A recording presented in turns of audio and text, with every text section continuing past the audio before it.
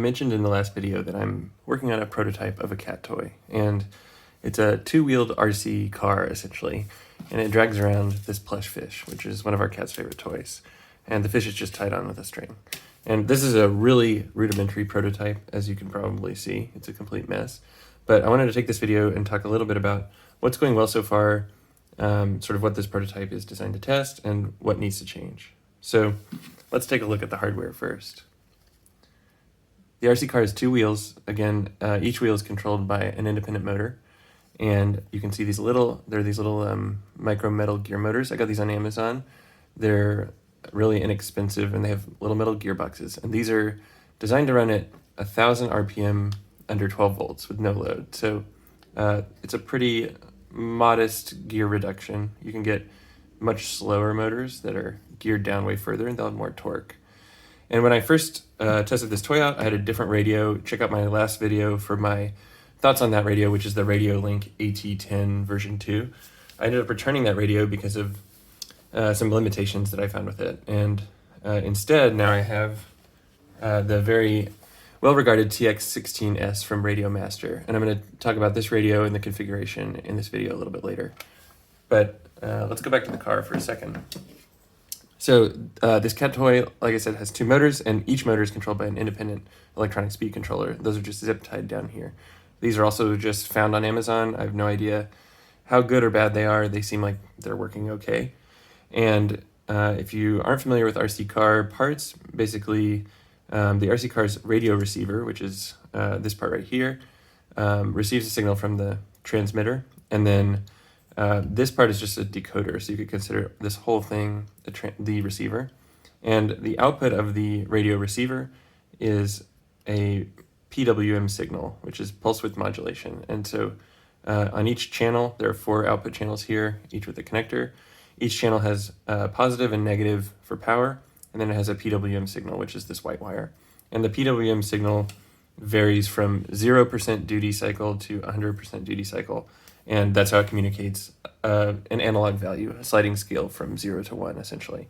So normally these PWM signals would be used to control servos, and the duty cycle would correspond to the angle of the servo. And then if you get like a continuous rotation servo, the PWM signal would control the speed of rotation. And that's similar to what's going on here, except there's no feedback.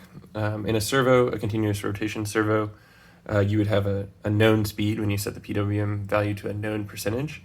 And here we have an open loop. So these electronic speed controllers are designed to put out a given voltage at a lot of current capacity. And the higher you set the PWM duty cycle from halfway, the faster they go forward. And if you set it below halfway, half duty cycle, then they go backwards faster and faster as you reach 0% duty cycle. So each one of these controls one channel. It's like a mono sound signal, if you will, and each one's wired to a motor. And the only complication here is that this little receiver, which is a FR Sky XM Plus, this receiver only puts out what's called S-Bus, and that's just a way of encoding, multiplexing several different channels on the same wire. So this receiver is connected with positive and negative power lines, just like the motor controllers, and it has an S-Bus signal wire. And the S-Bus signal wire carries the signal to this decoder. This is an S-Bus to PWM decoder. And basically all this does is unpack the channel data and put it out on these 4 connectors. So we have this receiver, which can actually support up to 16 channels, and this decoder, which is unpacking the first 4. So we have channels 1 through 4 here, and I've just wired the 2 motors to channels 1 and 2.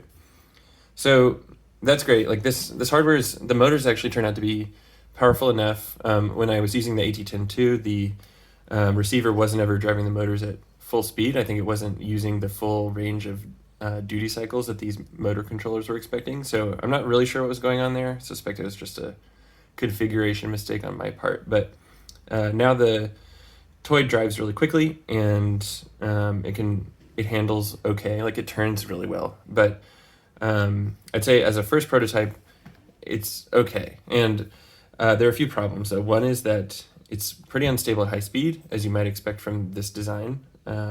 It tends to dive into turns. And another problem is that it's quite long, so I'm going to try to shorten it pretty soon, because if you try to turn it around in a narrow spot, this tail will hit the wall and then it gets stuck. Okay, so like I talked about in the last video, in order to make this controllable, we have to do a little bit of transmitter wizardry to mix the channels, because the simplest control scheme here would be to control each wheel separately with the two joysticks, but that's kind of unwieldy. So what we want is pushing forward on the joystick to drive the car forward. So I'm not going to drive it right now, but if you push forward, we want it to go forward. If you pull back, we want it to go back. And then pulling left should move it this way, and pulling right should move it this way. So the wheels move in opposite directions. I don't think that's clear on the video. And we do that with mixing. So I have a profile for this model set up. It's called Cat Toy, and just a stock image of an airplane. And if I go into the model settings, I can show you what it looks like to set up the mixing on openTX, which is this radio's operating system. And I have to say, compared to the AT10, openTX is really awesome to use. It exposes a lot more of the settings than the Radio Link firmware does, and it's really pretty to look at. And this controller, which I'm sure you've seen reviews of if you're into RC, this transmitter has really nice hardware. The build quality is much better than the AT10.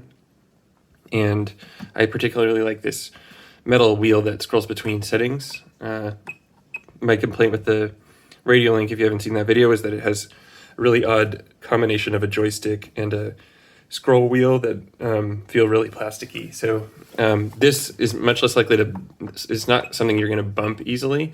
And it feels really nice to use. You could use it with gloves on because it's big and knurled. And my only complaint with this wheel so far is that sometimes it tends to double click on things. So you might need a little bit better debouncing. Okay, so we were going to talk about mixing. And if I go over here to this cool little set of things, we have inputs, mixes, and outputs. So my inputs are aileron and elevator. So you can see, I guess you can't see the channels right now, but these inputs will go into the mixer, and then those go to the outputs. So let's scroll over to the mixes. Okay, so here's the mixes screen of this openTX radio, and we have a list here listed by the output. So we have 2 mixes leading to the output of channel 1 and 2 leading to the output channel 2. And these names are things that you can customize, but I was tired of typing with this little scroll wheel, so I stopped. So we're gonna use the strategy we did last time to combine some elevator and some aileron to get both the channel 1 and the channel 2 outputs. So let's click into one of these mixes and see what it looks like. So this one is, I started typing throttle and didn't finish, but basically the source here is elevator. So if I move the elevator up and down, you'll see down here that the channel 1 input corresponds to the elevator position, and the weight is going to be negative 100%. So we're saying we want to reverse the direction of the control. So when we push forward, that's actually decreasing channel 1's input value. We actually want the car to go faster though. So we're putting a weight of negative 100%, which means just mirror the input on this stick.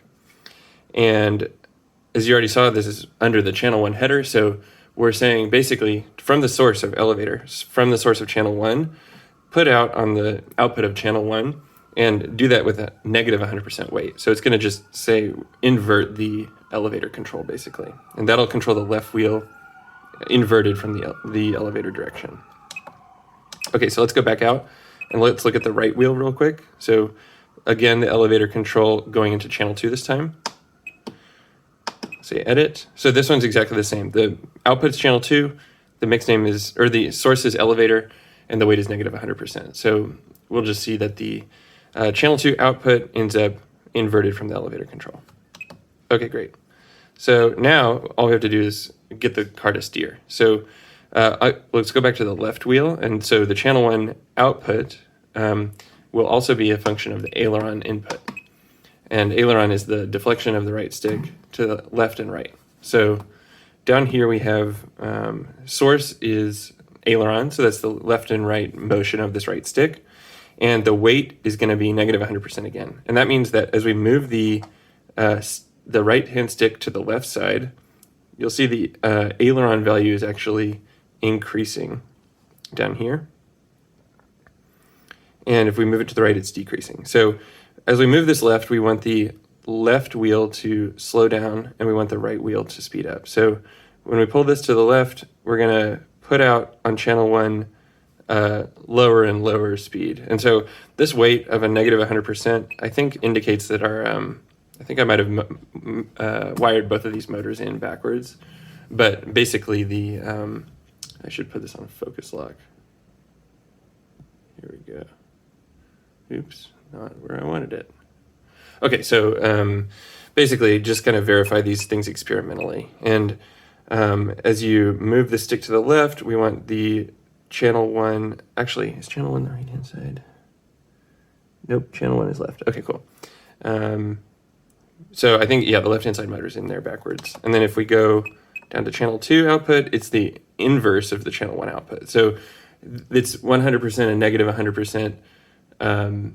You might end up, if you wire your motors differently, you might need negative 100 and 100%. So you might swap left and right's direction. And then you would have positive outputs on the 2 throttle controls. Okay, so that's just basic overview of the mixing. You can add a lot more mixes to this openTX radio than you could on the AT10-2, so I really like that. And yeah, so the radio's been good. I will say I've had a few problems with connectivity. So right now, zoom back out here, I have the cat toy sitting here. It's right beside the radio, and the receiver is sort of, it's blinking red, sometimes it's green. If I put my hands near the antennas, sometimes it'll connect. So when it's green, it's connected. And so right now the model isn't connected to the radio, the transmitter. But if I move the transmitter a little bit away, generally the model will connect. You can see the green light there. So I'm not exactly sure if this is an issue with the receiver I have, or the orientation of these antennas, or something else. Maybe it just can't work in that close proximity. I did see that for these openTX transmitters, you are supposed to fine-tune the frequency of the receiver. So you have to teach the transmitter, like tell the transmitter how, like where it should go in the overall frequency range of the receiver. And so you can go into your model settings, scroll down to the receiver settings. There's a lot of stuff in here. So we have internal RF. The mode is FreeSky X2. So this is their newer protocol with a 16-channel receiver. And I just wanted the first 16 channels of it.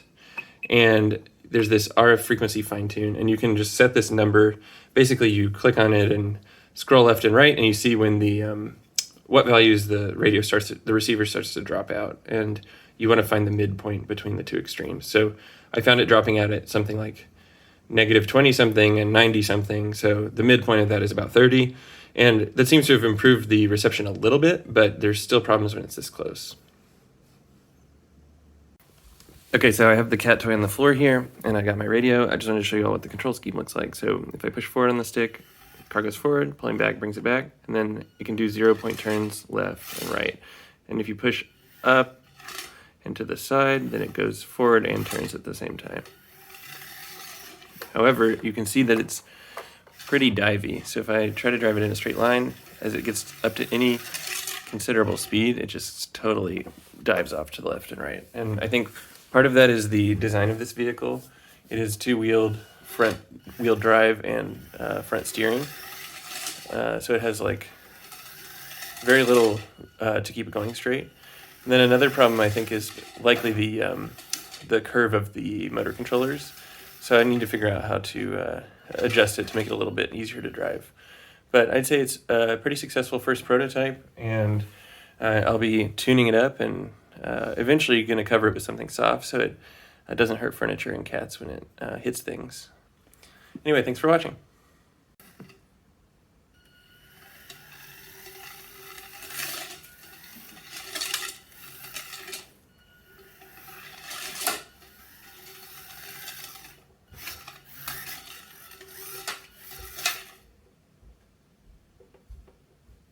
Lost connection again there.